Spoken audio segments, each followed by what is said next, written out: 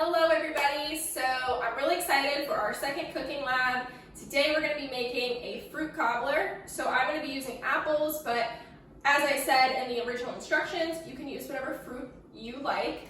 And this is just going to be really delicious. The last recipe we did was on the healthier side. This is not, so definitely everything in moderation. Don't eat the whole thing at once, but it's going to be really delicious to enjoy, especially if you have some whipped cream or ice cream. So first things first, I need to do my safety rules, put my hair up, wash my hands, my sleeves are already up. In the last video, a lot of you pointed out that I washed my hands and then put my hair up, which you said was not correct, and you're right, that's not correct. So I'm going to put my hair up first and then wash my hands.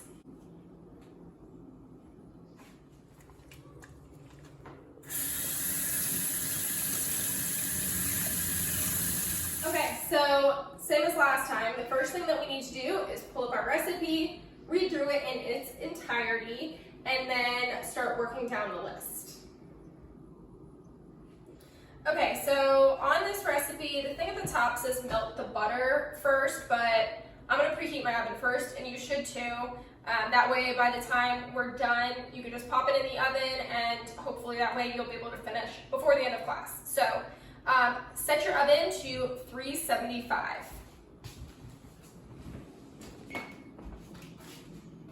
And again, just like last time, most ovens are different. So mine, you hit the bake button, set the time, and then, or set the temperature, and then hit start, and now it's preheating. Next, you need to melt the butter, and I am going to cut this recipe in half, and I'll provide the modified amounts live in class. But the reason I'm doing this is because it's just two of us in my house, and we're not gonna be able to eat the whole thing. So if you have a smaller family, or if people don't like apples in your house or whatever fruit you chose, then maybe you wanna make it a smaller amount as well. So to melt the butter, you could just use your microwave. That's what I would recommend. I don't have a microwave, so I'm gonna put it in a pot. So if you look on, so a whole stick of butter is a half cup, and we only need a half cup, but I am doing half of the recipe, so I'm going to use a quarter of a cup. So if you look on your lines, and most of the time, if you do have just like a regular stick of butter, it will prompt you so you know how much you're using. So I'm only going to use a quarter of a cup for my recipe since I'm doing half. If you're doing the full recipe, you're going to do the whole thing. This part is the part I don't need, and this is the part that I do need.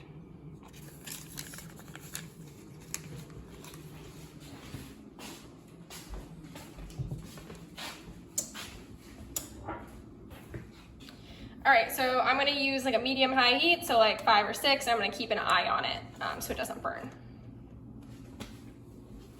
And while that's going, I am going to start prepping my apples. I'm not gonna peel them, but you can if you prefer it that way, or if you're using a different fruit, it might not be necessary. So I'm going to cut the apples really fast, but safe. So always using our proper cutting methods, bear claw, keep my thumb out of the way, and I'm going to go down and then turn it flat side down. Also, another thing to keep in mind is if you use the same cutting board for a lot of things, some of the stronger flavors and scents like garlic and onion, they seep into those cutting boards, and then your fruit might taste like that, which I don't want. So I'm using a cutting board that we don't cut garlic or onions on. All right, so now I got my flat edge, and I could go through with another cut. Turn it around, and then I got a little wobble, so I'm gonna go on my flat edge again, and then this is gonna go in my compost. To make sure that we have enough time for this to cook all the way through, I'm gonna make sure that my slices are nice and thin, because if they're too thick, they might not cook in the time that we have.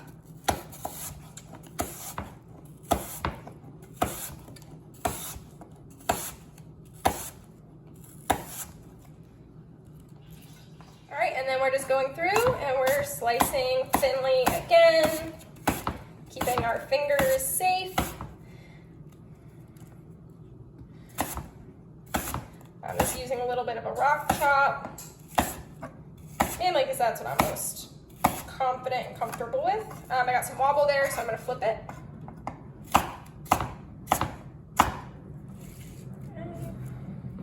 I might actually even only need one apple.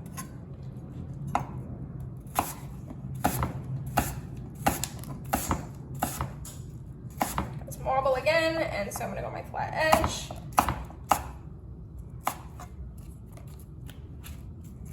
All right, and then the last chunk.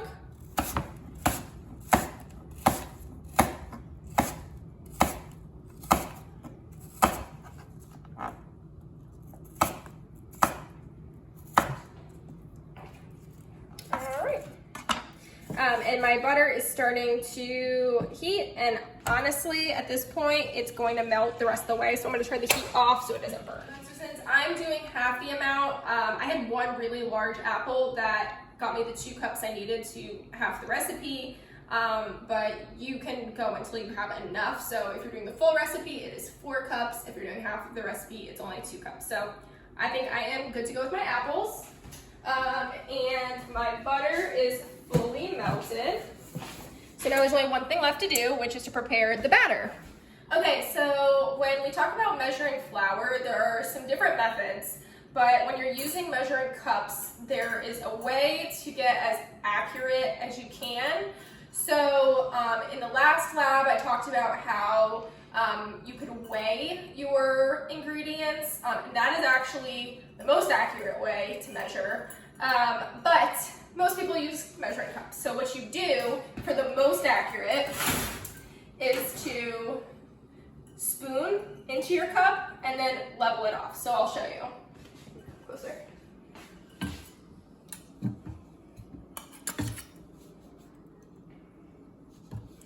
And I never did this, and then there was a blogger I follow, and she talked about this method, and she demonstrated 2 different ways, where you just scoop in and then level it off, and then like this, and this way was more accurate. So it might seem like an unnecessary step, but it actually does make a difference. So so I have my half cup of flour. If you are making the full recipe, yours will be a whole cup.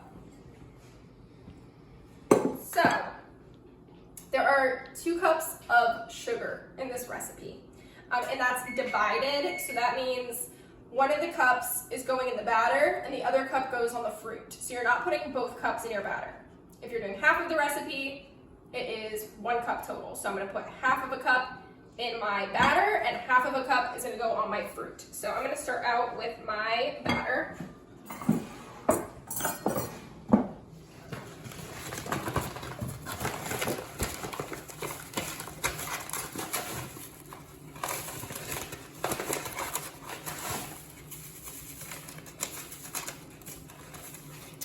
Great, and I want it good and level so it's not heaping. So half of a cup, and I'm not done with this, I will need it again. And then we need a tablespoon of baking powder for the whole recipe, a half a tablespoon for half of the recipe. So to get a half of a tablespoon, do a little math. So a tablespoon is 3 teaspoons. So a half of a tablespoon is 1.5 teaspoons. So I'm going to use 1.5 teaspoons for my halving of the recipe.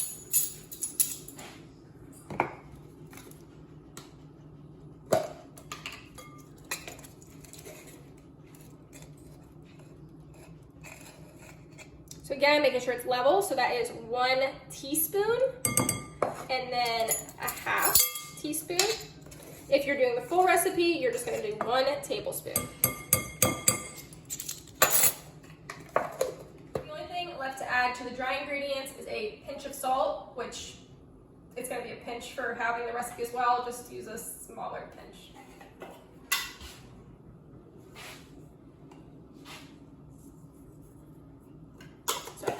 Tiny bit. Okay, so that is all that's going to be in the dry ingredients. Now for the wet ingredients, the full recipe uses a cup of milk, so half of that is half a cup of milk.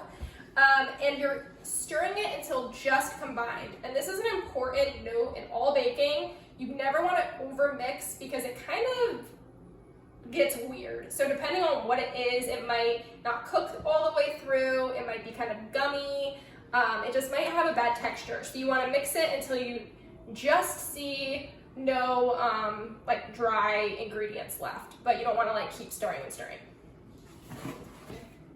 So when you're measuring wet ingredients, you want to have a see-through measuring device. I just use mason jars because they have them built in.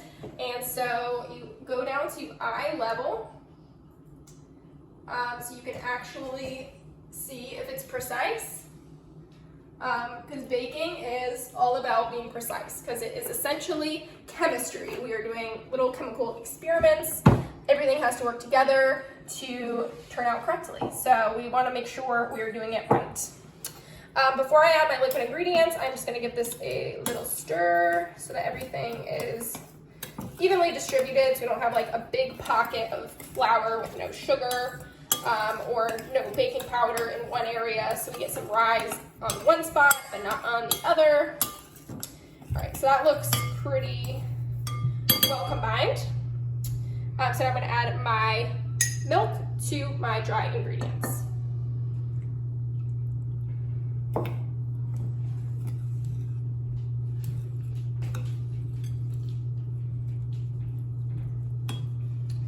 And this is not going to take long at all to get it fully combined. And this is almost like a pancake batter. It's very simple. It's going to be very sweet and probably get a nice crust on it when it's finished. So I am just about done. Seeing wet, dry pockets, kind of go around the bottom. I see a little bit of dry at the bottom there. All right, so I'm gonna leave that for a second.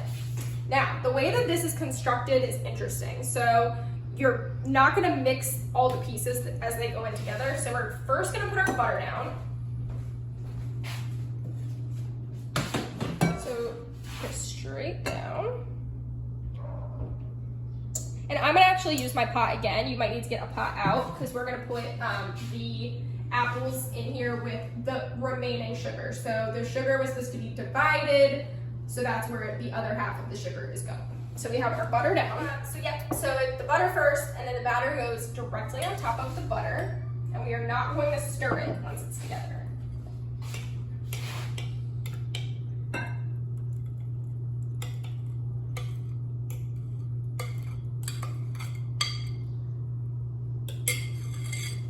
All right, and then into our pot, we're putting the apples with the remaining sugar and some lemon juice.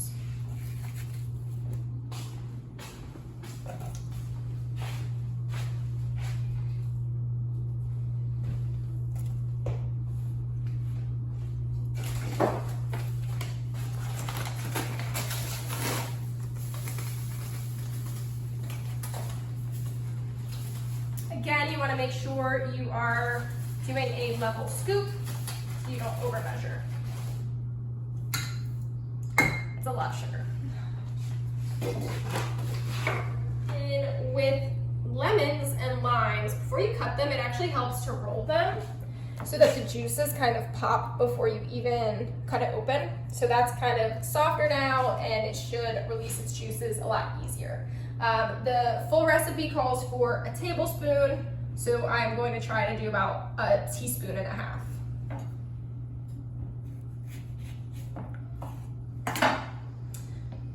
And I didn't cut it perfectly in half, so I'm hoping that this is about right.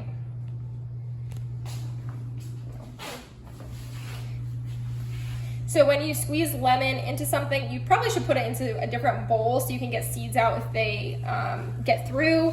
But what you can do is squeeze into your palm, and then any of the seeds are going to catch in your fingers, so that way nothing is getting into your food. So you want to make sure you're stirring this constantly, and then once the sugar has dissolved, it shouldn't take too long, that's when you know it's done. Your apples, or whatever fruit you choose, are going to be very fragrant right off the bat. And that lemon juice is going to help to break everything down, soften it up a bit. Having some acidity in all of your foods is definitely good for that chemical reaction I was talking about. All right, and I think that this is about right. I'm not seeing any like big crystals anymore. So we are going to pour it on top of our batter.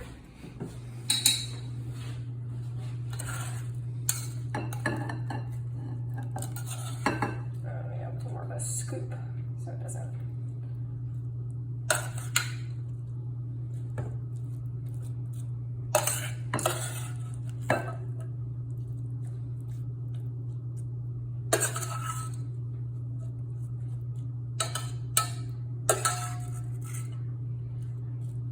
At this point, it's optional, but you can add some cinnamon and nutmeg if you have it. I'm going to use it because I think that'll be quite good. So just a little sprinkle over the top. Nutmeg is a very strong flavor, so a little bit goes a long way. It's better if it is freshly ground, but if you don't have something like that, then powdered is perfectly fine. But at this point, it's going in the oven we'll check it at 30 minutes, and hopefully it'll be done then.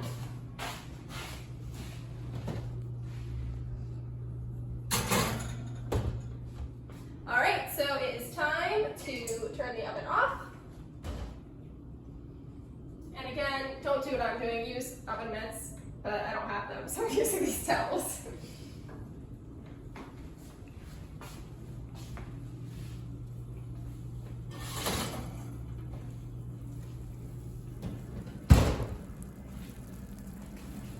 So you want to make sure before you take it out that it's getting like golden brown around the edge, which it is. And it smells really great. And it looks good.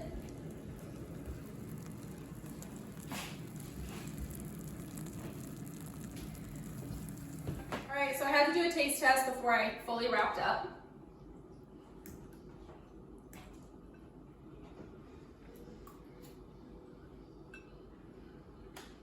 It is so good. You would definitely taste all of the sugar and all of the butter that went into this. I'm sure no matter what fruit you chose, it came out great. So let me know, what did you think? Did you like this? Do you want more recipes with fruit in them? Or, oh, Unagi wants to have a taste too. Let me know what kind of things you want to do next.